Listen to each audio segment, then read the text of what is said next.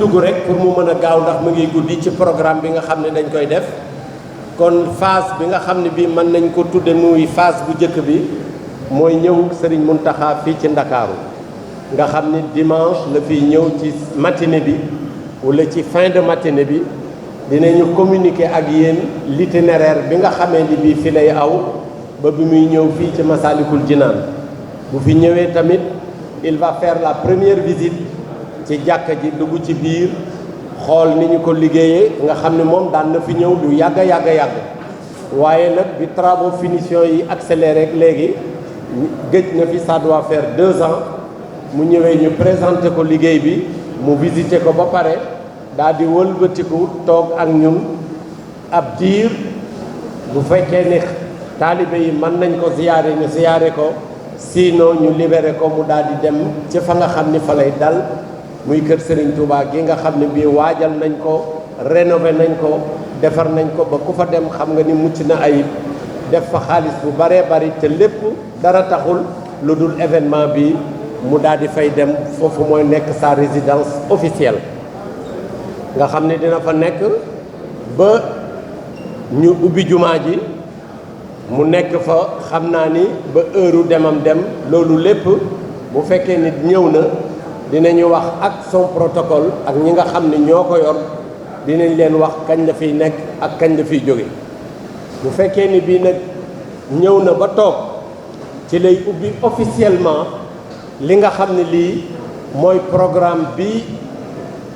tàmbali ci dimanche yi ba ñuy ubbi jumaa ji ñoo tënkal leen ci rek tënk yoo xam ne yi moom la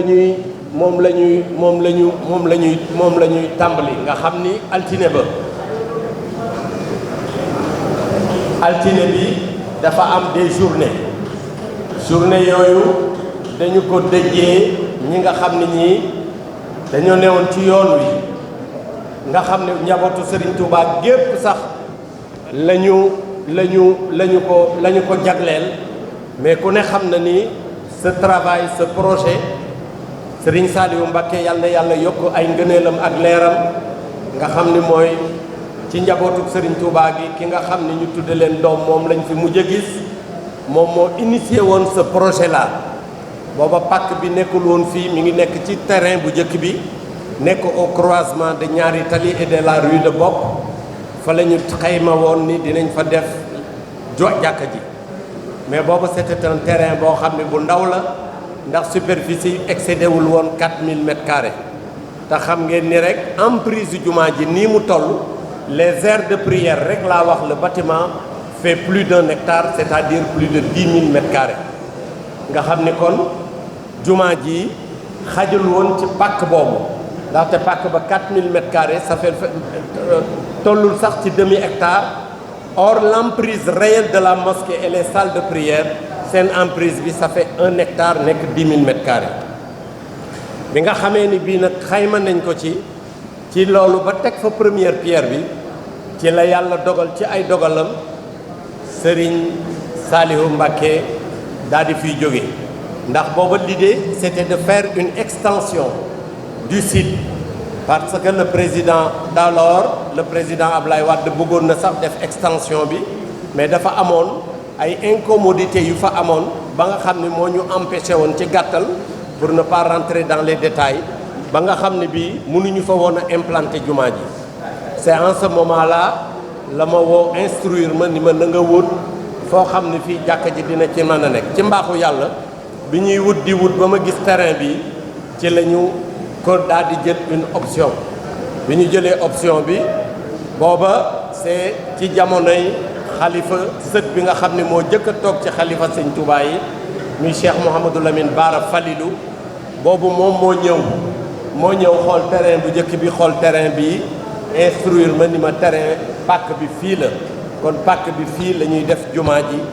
donc c'est en ce moment précis que le choix a été porté sur ce terrain ñu daal di nag commencer nag dugg dans le processus maintenant de construction de la mosquée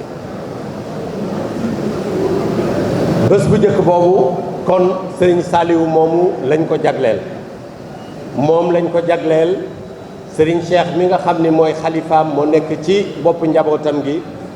dem nañ fa yëg na ko mi ngi préparé pour yónnee ay délégation yoo xam ni journée bi journée Serigne Saliou la boo leen bëggee dama koy ramasser comme ça mais mën naa jox Ablaye Diop après mu lire programme bi wala sëñ Makhtar liiral leen programme bi jour par jour le mardi beneen journée la boo xam ne bii dañu ko déjee la mère la sainte Maam Jaaratulaay Soxna Jaara Buso di waajuru jigéenu Cheikh Ahmadou Bamba Khadimu Rasoul suñu yaakaar nga xam ni lépp lu am ci moom la amee ñu déjee ko toute la journée et au-delà même de son auguste personnage ñu déjee ko toutes les femmes du monde yi nga xam ni œuvré nañu ci l'islam taxaw nañu ci l'islam am na lu ñu màndargale l'islam ñu boole leen ci journée boobu muy journée Maam Jaaratulaay nga xam ni c'est le mardi nga xam ni on aura des conférences des thèmes bu ko defee bu ñu paree léegi dinañ leen liiral thèmes yi ak ñi koy def et les conférenciers et les modérateurs ak panel yoo xam ne yi dina am ci biir conférence yooyu le soir mu nekk soirée boo xam ni veillée religieuse la boo xam ni ñoo ngi ko tuddee taalibe bu mag boo xam ni bi maam Cheikh Ibrahima Fall bu ñu ko tuddee ñëpp xam ko ñu tuddee ko Babul Mouridine c'est-à-dire la porte de la Mouridiya moom la ñuy jagleel la soirée du mardi le mercredi nekk une journée boo xam ni dañ ko dijjee le premier xalif bi nga xam ni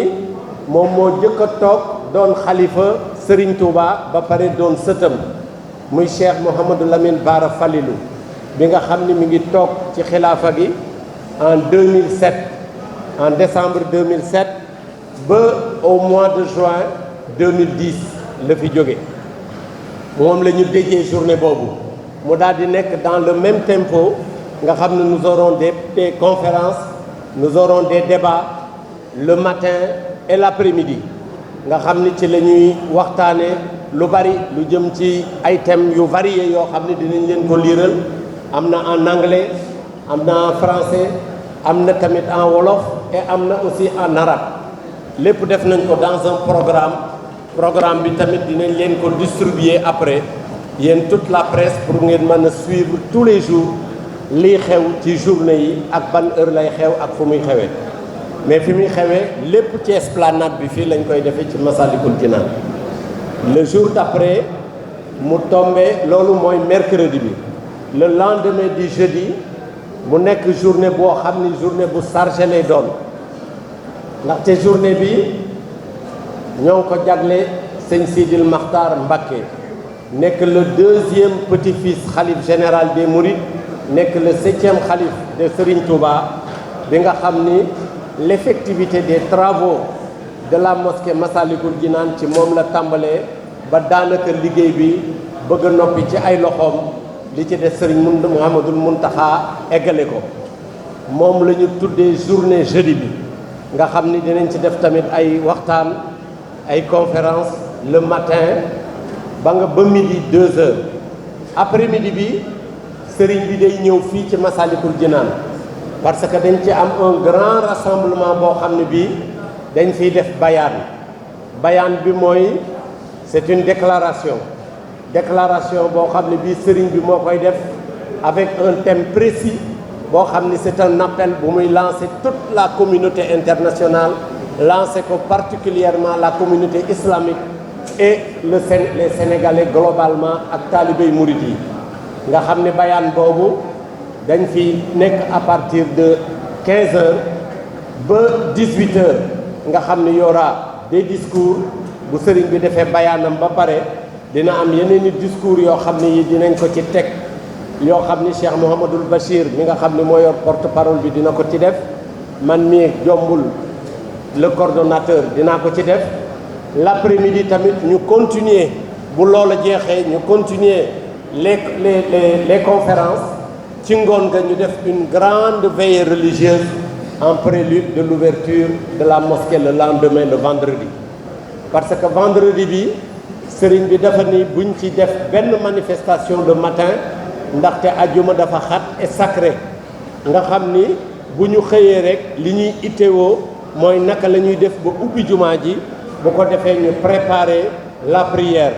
nga xam ni les invités yi nga xam ni sëriñ bi daf leen a invité ak yi nga xam ni le président de la république le président Macky Sall mi nga xam ni mooy ñëw tamit présider ouverture bi dina ñëw fekkee ouverture bi ak ñi nga xam ni daf leen a invité ñu daal di nag jublu ci julli gi waajal julli gi xutba yi bu ñu jullee ba pare tamit jombul sëriñ bi dina am une brève déclaration boo xam ne bii dina ko def loolu daal mooy li nga xam ni mooy le programme globalement bu ñu jullee ba pare nag ba dem ci kër yi ba joxe xéewal yi ba pare dañuy daal di def nag toute la soirée mu nekk une veillée religieuse ba le samedi ba nga xam ne bii ci la ñuy boucler le programme globalement loolu en ramassé d'une façon sommaire mooy li nga xam ne lii moo nekk ci programme bi nga xam ni mooy semaine inauguration la grande mosquée Massalikul Jinaan